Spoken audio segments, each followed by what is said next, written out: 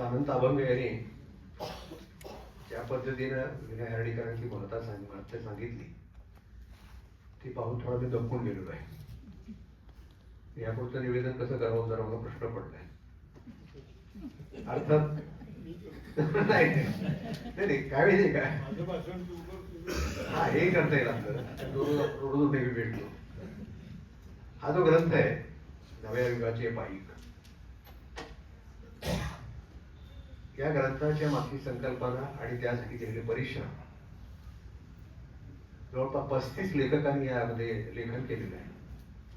अत्यंत विषयाचा म्हणजे एका विषयाचा दुसऱ्याशी संबंध नाही अशा पद्धतीचे सगळे लेख आहेत. इतक्या लेखकांच्याकडून पाठपुरावा करून लिहून घेणं किती जिकिरीचं असतं तेही, आणि त्याचबरोबर या ग्रंथाची संकल्पना याविषयी याची प्रस्तुती करणारे डॉक्टर राजीव बसरगेकर आता बोलतील.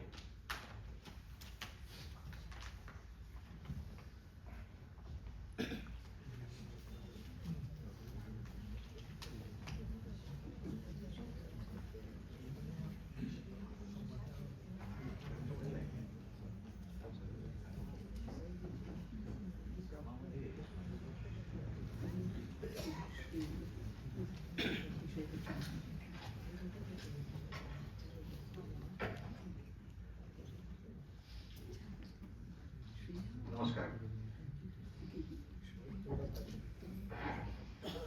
मी जनरली भाषण करतो पण ती अशी टेक्नॉलॉजिकल वगैरे वगैरे आणि माझं काहीतरी हे आहे, ओव्हरहेड प्रोजेक्टर आहे, स्लाइडला घेऊन वगैरे अशा भाषणामध्ये.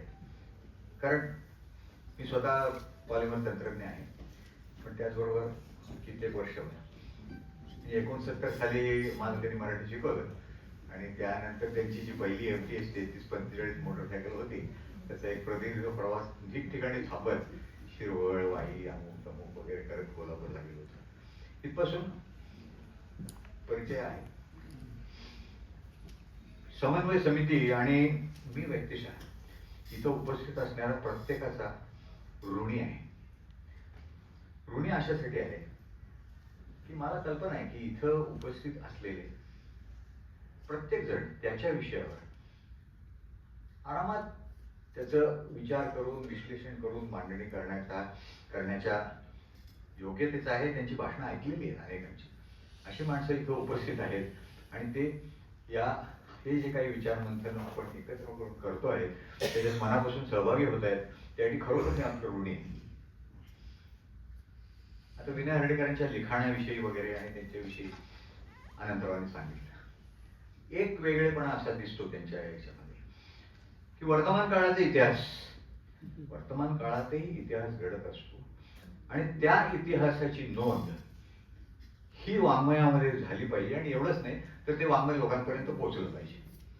ते पोहोचवणारे कोण आहेत, काय आहेत, या सगळ्यांची मैत्री राखली पाहिजे. हे एक वैशिष्ट्य आहे. ठीक आहे, म्हणजे जुन्या ह्याच्याविषयी त्यांनी लिहिलेलं असेल ते वेगळे लिखाण असेल परंतु मुख्य लिखाणात नाही हे आता असं आहे, हे असं आहे. आणि या लेखसंग्रहातल्या लेखकांनी सुद्धा असा वर्तमान काळाचा इतिहास लिहिला आहे हे मला या ग्रंथाचं वेगळेपण वाटतं. आणि वर्तमान काळाचा इतिहास म्हणजे कुठला? हा आता आपण म्हटल्याप्रमाणे 1949 ते 61 या काळात जन्माला आलेली स्वातंत्र्याची 75 वर्ष झालेली आहेत. या 75 वर्षामधला घडलेला हा दिसतोय. हे काम सोपं नाही कारण आजचं युग आहे सोशल मीडियाचं युग आहे आणि सोशल मीडियाच्या युगामध्ये माहिती येते त्याची पडताळणी न करता आपल्याला सोयीस्कर असेल तर ती पुढे पाठवली जाते हे आपण कायम पाहत असतो.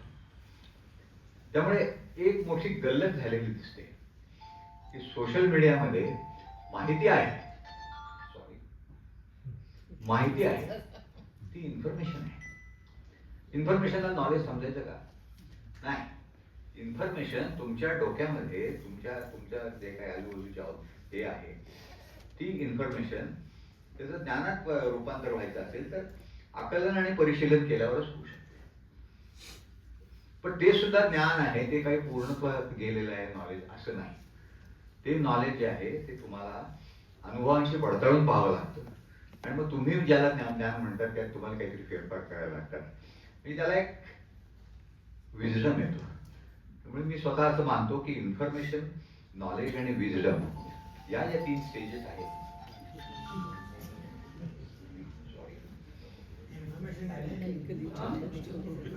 बंद केलं.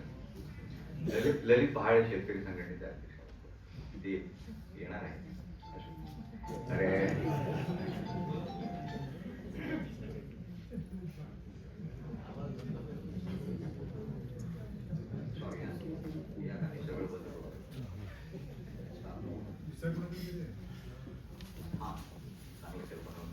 असो.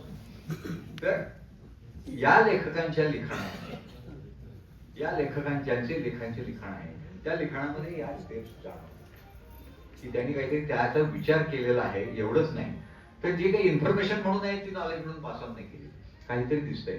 हे या ग्रंथाचं मला वेगळेपण वाटतं.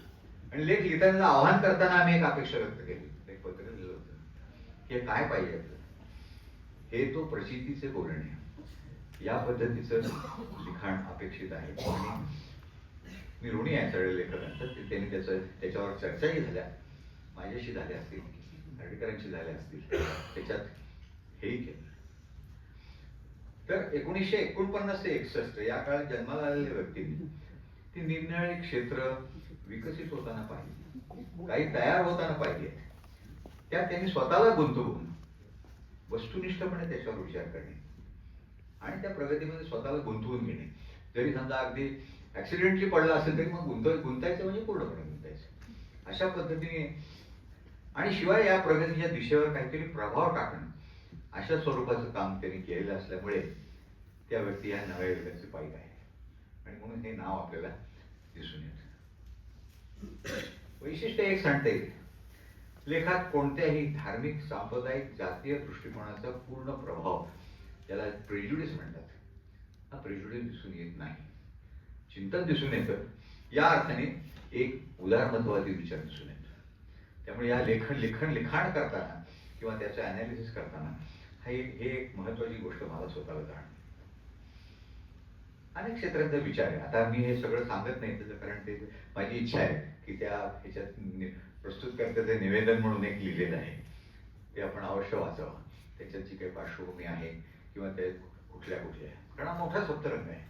पण याच्यात कुठल्या क्षेत्रातले नाही आहेत. तर इथं संगीत क्षेत्रामध्ये काम करणारे एवढंच नाही तर त्याच्यावर विचार करून त्याची उत्क्रांती कशी झाली आहे हे निरीक्षण करून, हे करून त्याच्यावर लिखाण करणारे लोक आहेत. स्वतः काम करणारे लोक आहेत. काही जण तर एकीकडे संगीतात गुंतवून आणि दुसरीकडे सामाजिक भान असून सुद्धा या प्रकारचं लिखाण करणारे लोक आहेत. त्यामुळे आपल्याला त्यांच्या उत्क्रांतीचे चिंतन या देशामध्ये, या लेखामध्ये दिसतं. संस्कृत संगीताचं क्षेत्रात नवीन तंत्र आली, शिक्षण क्षेत्रात नवीन तंत्रही आली, नवीन हेही आलं की काय करायचं आहे, की त्या माणसाच्या व्यक्तिमत्वाचा विकास करायचा आहे, कसं साध्य करायचं आहे याच्याबद्दल विचार करणारे वेगळे आहेत. वसंतराव काळपांडे यांनी काम केलेलं आहे. तिथपासून आज गिरीशराव बापट संचालक सध्याचे, तिथे स्वतः माझ्या केमिस्ट्रीतले PhD आहेत, तथापि त्यांनी या क्षेत्रामध्ये काम करून शिक्षण क्षेत्रातून व्यक्तिमत्व विकसन या पद्धतीचं अतिशय चांगलं लिखाण याच्यामध्ये दिसते. अगदी वेगळ्या प्रकारचे आहेत. अविनाश देशमुख माझे मित्र इथं येणार आहेत, आले असतील असं ते. त्यांचं औरंगाबादला त्यांनी स्वतःहून स्मॉल स्केल फॅक्टरी उभी करून त्यांनी हे सगळं केलं. अतुल कुलकर्णी माझा विद्यार्थी आहे की ज्यांनी BE पॉलिमरला त्यांनी त्याच्या प्रोजेक्ट पासून ते त्यांनी टायनी स्केल पासून त्या तो मिडल स्केल पर्यंत पोहोचलेला आहे. ते ध्यासाने काम केलेलं आहे, कन्व्हिक्शनने काम केलेलं आहे. अशी तंत्रज्ञानाची अनेक, आता माझं क्षेत्र म्हणा मी तंत्रज्ञानावर बोलू शकतो. डॉक्टर अनिरुद्ध पंडित विश्वेश्वर डायरेक्टर युनिव्हर्सिटीचे इथे आहेत. अनेक क्षेत्रामध्ये आम्ही काम केलेले. त्यानंतर दुसरीकडे आज नाही तिथं, म्हणजे समजा लिथियम सेलच्या होऊ शकतो तर सोडियम सेल का नाही होऊ शकत, याच्यात KPIT सारख्या संस्थेने आणि डॉक्टर ओगले त्याच्यामध्ये इन्व्हॉल्व आहेत. त्यानंतर सगळ्या या केमिकल ट्रान्सफॉर्मेशन दिसतं की स्टार्चचं सहजासहजी अल्कोहोलमध्ये रूपांतर होत नाही, सेल्युलोजचं होत नाही, का नाही होत याच्याशी भांडण येणारे लोक आहेत. आजची गोष्ट नाही, हे उद्याची गोष्ट आहे. तर उद्याच्या गोष्टीचा आज विचार करून त्याच्यावर प्रयोग करणारे लोक आणि अशा लोकांचं लेखन आमच्या याच्यात आहे, याच्याबद्दल खरोखर मी करतो. तो प्रास्ताविकात मी उल्लेख केलाय, तो अवश्य वाचावा. आणि दुसरी अपेक्षा ही आहे की आता एवढे सगळे जण निंदण्या क्षेत्रातले एकत्र आलेले आहेत आणि ते विचार करतायत, की कुठल्या दिशेने चाललाय देश आणि कुठल्या दिशेने जाऊ शकतो. या सगळ्यांचा एक सामूहिक विचार करण्याची प्रक्रिया जर निर्माण झाली तर ते अतिशय चांगलं होईल. ते आपण कशा पद्धतीने त्याच्यावर अवश्य विचार करावा, त्याच्यावर अवश्य प्रतिसाद द्यावा. एवढं बोलून माझं भाषण थांबवतो. धन्यवाद.